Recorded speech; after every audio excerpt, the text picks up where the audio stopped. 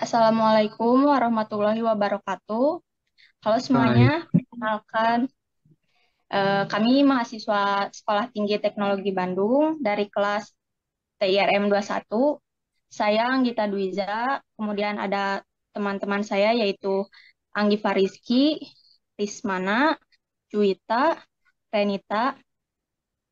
Nah, pada podcast kali ini kita akan berbincang-bincang nih bersama Aujang. Aujang ini manajer dari perusahaan Reksi Energi.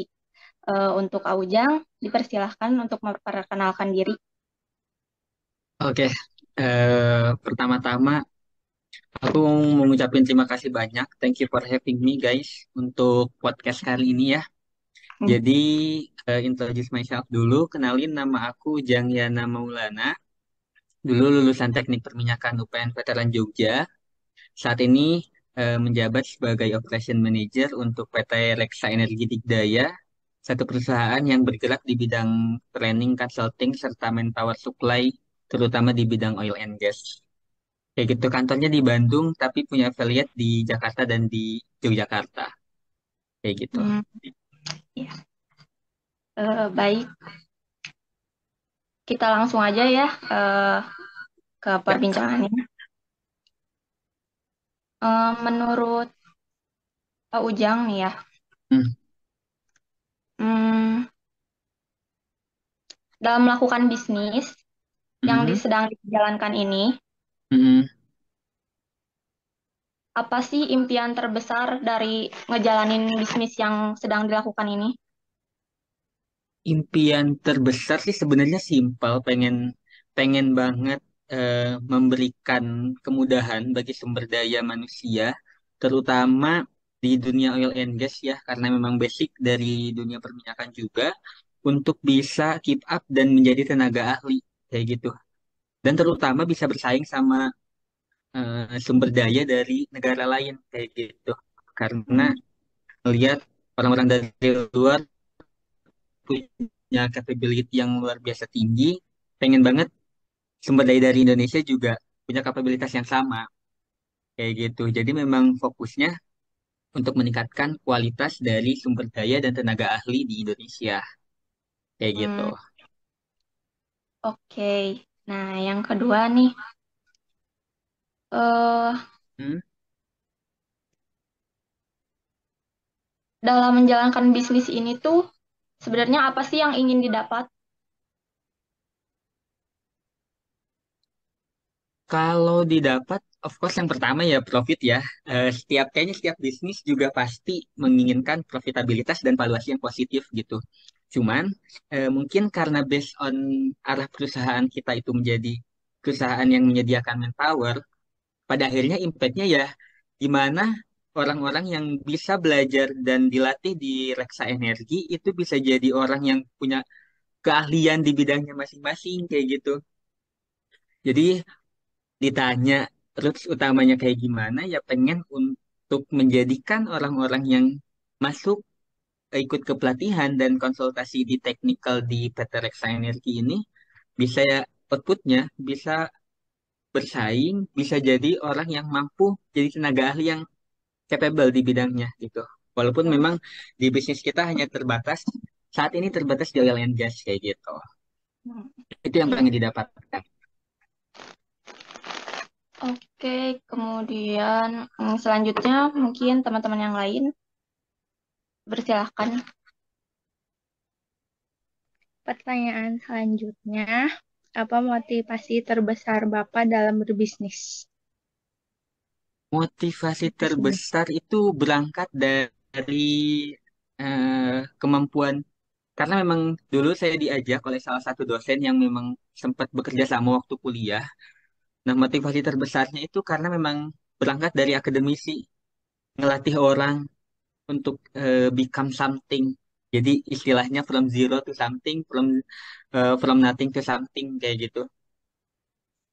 Motivasi yang kemudian muncul ketika menjalankan bisnis ini adalah output dari yang kita keluarkan dari orang-orang yang pengen ikut pelatihan di perusahaan kita nanti akan bermuara ke sertifikasi.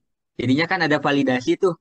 Kalau misalkan orang pengen dikatakan sebagai tenaga ahli harus dibuktikan dengan validasi. Validasinya apa? Dengan sertifikat yang dia punya kayak gitu.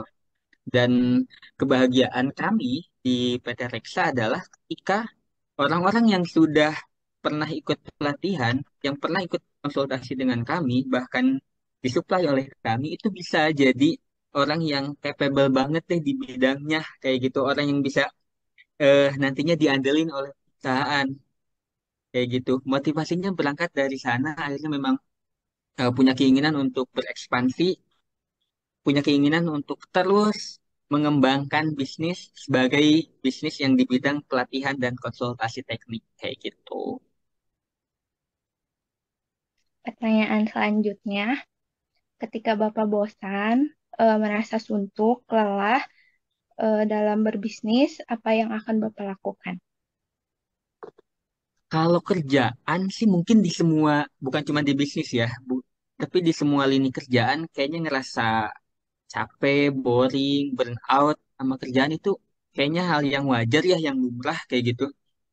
Cuman mungkin kalau misalkan ditanya gimana sih kalau misalkan lagi capek, lagi suntuk, lagi stuck di kerjaan, paling do something else, hobi kayak gitu. Kebetulan kan hobi saya adalah baca atau enggak nonton tuh. Jadi ngerjain dua hal itu aja. I love gain to new experience dengan cara baca. Tuh. Mungkin itu bisa jadi solusi sih. Pokoknya ngerjain apa yang disuka, mau itu olahraga, mau itu membaca atau apapun itu di luar pekerjaan. Karena mungkin ngerjain hal yang lain itu bisa banget ngebikin kita nge-recharge kita untuk bisa tetap keep up di bisnis kayak gitu. Selanjutnya, apakah Bapak takut dengan adanya perubahan bisnis di era sekarang dan yang akan datang? Terus alasannya kenapa? Kalau basically untuk di training consulting sendiri dari satu dekade itu memang metodenya sama kayak gitu. Orang datang, kita punya instruktur, kemudian kita latih, kita sharing knowledge, kemudian kita brainstorming orang tersebut kayak gitu. Dan nanti akan bermuara ke sertifikasi yang pada akhirnya akan naikin value si orang tersebut. Nah, tantangan terbesarnya itu sebenarnya mungkin karena teknologi sekarang makin makin besar ya. Apalagi kemarin pas pandemi itu akan berpengaruh banget ke proses training and consultingnya kayak gitu. Mungkin itu aja sih. Jadi akan berpengaruh ke teknologi ya. Dan kita harus juga adaptif. Hal yang ditakutkannya kita nggak adaptif dengan teknologinya tersebut kayak gitu.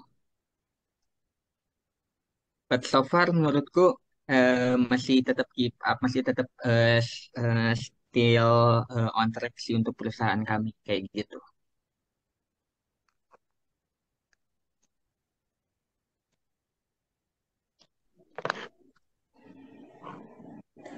Oke, sekarang ke pertanyaan berikutnya apa ya? Menurut Boleh? Bapak, Hmm. apa tantangan emosional yang pernah Bapak alami ketika masih kecil hingga sekarang dalam menjalankan bisnis yang sedang Bapak jalankan ini? Kalau bisnis, mungkin dari kecil tumbuh dan berkembang dari orang tua yang suka bisnis juga. Jadi dari dulu tuh tahu cash flow perusahaan kayak gimana. Dari berdagang gitu, karena kan dagang salah satu dari bisnis ya. Walaupun sekarang yang dijalankan adalah jasa. Tapi mungkin karena punya cukup banyak waktu untuk belajar dan melihat bagaimana bisnis berjalan, itu yang menjadi tantangan emosional sendiri. Dari dulu tuh selalu ada perdebatan batin gitu lah ya, mengenai bisnis yang hendak dijalanin kayak gitu. Dan pada akhirnya mutusin untuk ikut di satu perusahaan yang bergerak di jasa, yang kemudian nextnya akan berlanjut untuk fokus di bisnis ini.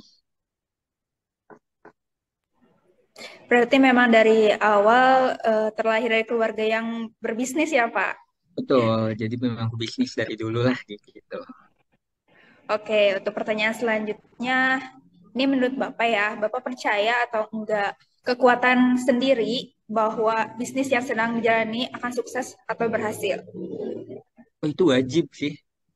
Itu harus banget dimilikin gitu. Optimisme itu harus penting. Bahkan ketika nge-build satu bisnis, ketika startup, growing up, bahkan nanti bisa ekspansi, optimisme buat berhasil tuh wajib gitu.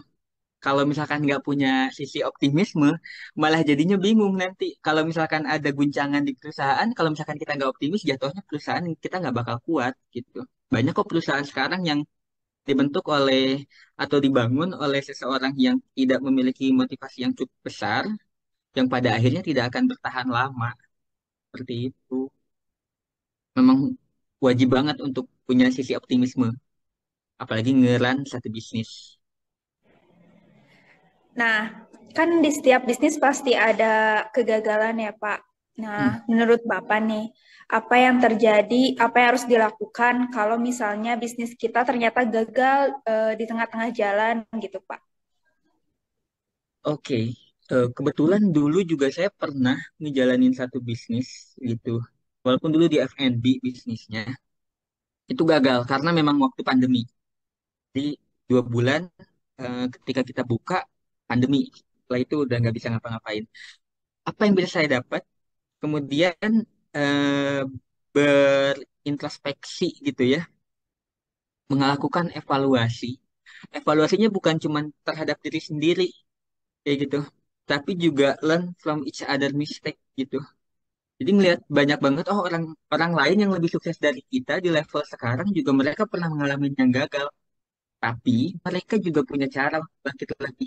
Itu yang kemudian saya pahamin, saya pelajari langsung lalu dipraktekkan. Jadi memang belajar dari orang yang pernah melakukan hal yang sama, kesalahan yang sama, kemudian mencari jawaban dan mencari solusi terbaik yang pernah dia lakukan untuk bangkit lagi. Ya mungkin galau-galau dikit, ya it's okay lah ya gitu.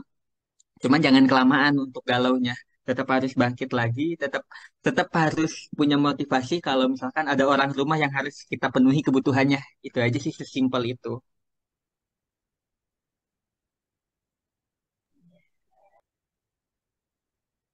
Baik, Pak, terima kasih.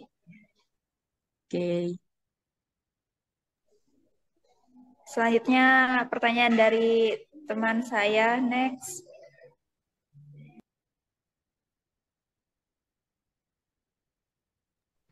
Mic-nya, Re.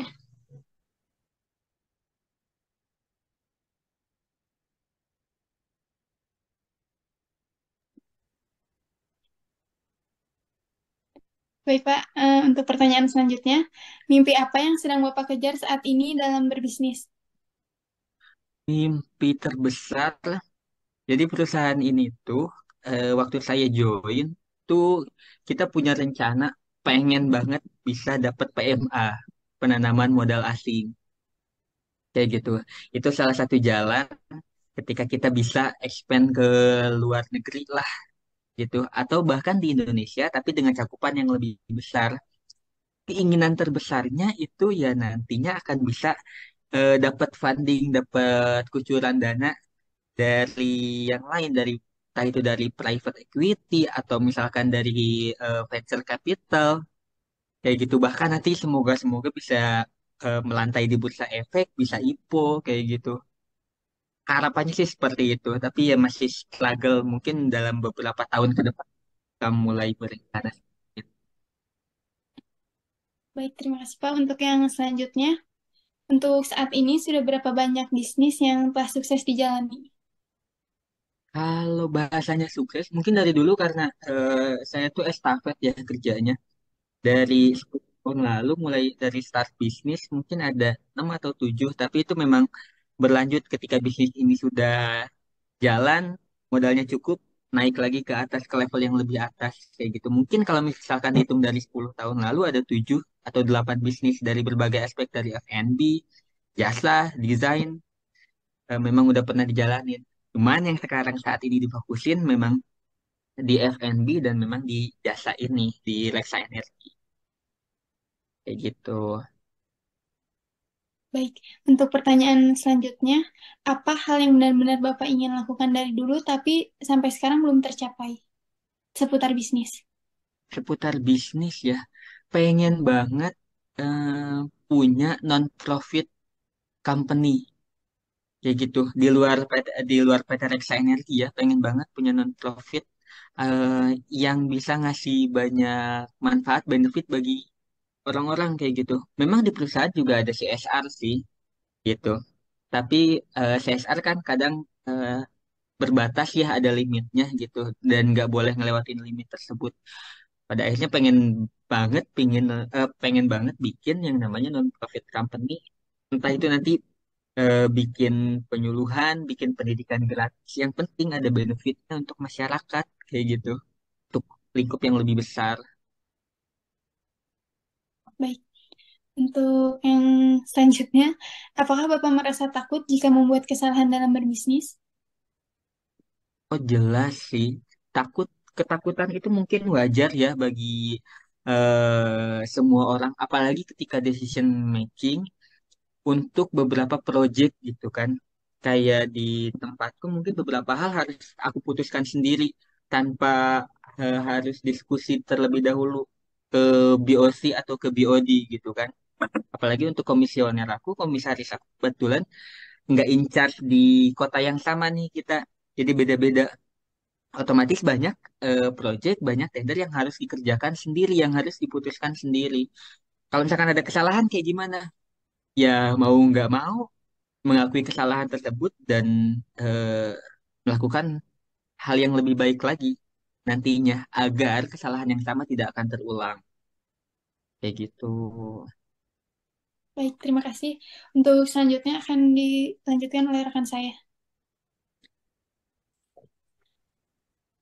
Baik, sebelumnya terima kasih kepada Bapak yang sudah meluangkan waktunya. Di sini saya akan mau menanyakan beberapa pertanyaan saja. Untuk pertanyaan pertama, menurut Bapak, apa yang akan terjadi gitu tentang bisnis yang Bapak yang dijalani sekarang ini? Bisnis ini apa yang akan terjadi di masa yang akan datang nanti, Pak? Hmm, kalau untuk arah perusahaan apa yang akan kami kerjakan itu kan memang sudah ada di KBLI ya. Itu kode baku lapangan usaha Indonesia. Itu memang dibikinnya untuk aku di 3, 5, 10, dan 25. Itu memang rencana jauh sih. Tapi memang untuk rencana terdekat sampai 3 tahun ke depan, itu memang akan fokusin di meningkatkan portofolio kami di perusahaan agar nantinya bisa dapat tender yang lebih besar gitu. Jadi kan memang bertahap ya kalau misalkan di sini. Pertama kita harus punya porto dulu di swasta, kemudian baru kita punya stempel porto yang mungkin kita masukin ke BUMN, pada akhirnya nanti akan bisa masuk ke pemerintahan. Jadi memang tahapannya tuh sudah di set ketika perusahaan ini baru dibangun, kayak gitu. Cuman mungkin yang akan terjadi di sini lebih fokus ke sertifikasinya dan bahkan lebih fokus ke manpower supply-nya. Jadi nyuplai orang-orang yang dibutuhkan oleh satu perusahaan, kayak gitu. Kita akan menjaring orang-orang yang punya kapabilitas yang jadi tenaga ahli, kemudian kita salurkan ke perusahaan yang membutuhkan, kayak gitu. Oke, terima kasih. Jadi untuk pertanyaan selanjutnya, hal yang membuat Bapak khawatir kan tadi pastinya takut mah ada. Ini yang Mm. membuat Bapak dalam bisnis ini tuh apa gitu, Pak? Khawatir di bisnis ini sebenarnya klise sih. Mungkin khawatir kalau misalkan internal kita nggak sejalan lagi. Karena to be honest, perusahaan ini juga dulu sempat ada di titik yang kita kehilangan kepercayaan masing-masing. Ya gitu. Memang problemnya takutnya tuh munculnya jadi dari internal. Dari internalnya kita. Itu yang kemudian jadi kekhawatiran tersendiri itu. Kalau misalkan, karena bisnis jasa itu lebih fokus ke building trust. Kalau misalkan kita udah percaya, berapapun harga yang ditawarkan, kita akan approve aja, kita akan setuju-setuju aja. Nah, gimana caranya kita nge-building trust orang kalau misalkan kepercayaan di dalamnya aja jadi tidak ada? Makanya yang sedikit dikhawatirkan itu kepercayaan kami di sini di internal. Itu saja sebenarnya. Baik, untuk pertanyaan terakhir nih, untuk pertanyaan penutup dari kita, Jadi seberapa berartinya bisnis ini dalam hidup Bapak gitu? Apakah bisnis ini berarti penuh dalam kehidupan Bapak ataukah Hmm. bisa spread gitu, Bapak menjalani bisnis ini? Begitu sih Pak. Iya, sejauh ini mungkin bisa dikatakan eh, berarti banget ya karena sepanjang hidup, sepanjang waktu maksudnya di keseharian juga lebih fokus ke kerja gitu. Bahkan orang-orang yang di samping saya seharusnya gitu mereka waktunya jadi lebih sedikit karena memang fokus ke kerja. Memang itu kurang bagus karena nggak work life balance ya. Cuman mungkin karena perusahaan ini baru banget berjalan, kemudian harus banget ngejar portofolio biar bisa naik stepnya lagi ya mau nggak mau nanti waktunya lebih sedikit. Harus fokus ke bisnis ini, menjadikan bisnis ini prioritas utama kayak gitu. Sebab ya motivasinya bisnis ini berjalan ya untuk nyari profit, yang mana profit itu ya tetap untuk orang-orang tersayang juga. Ya pasti pasti berarti lah bisnis tersebut.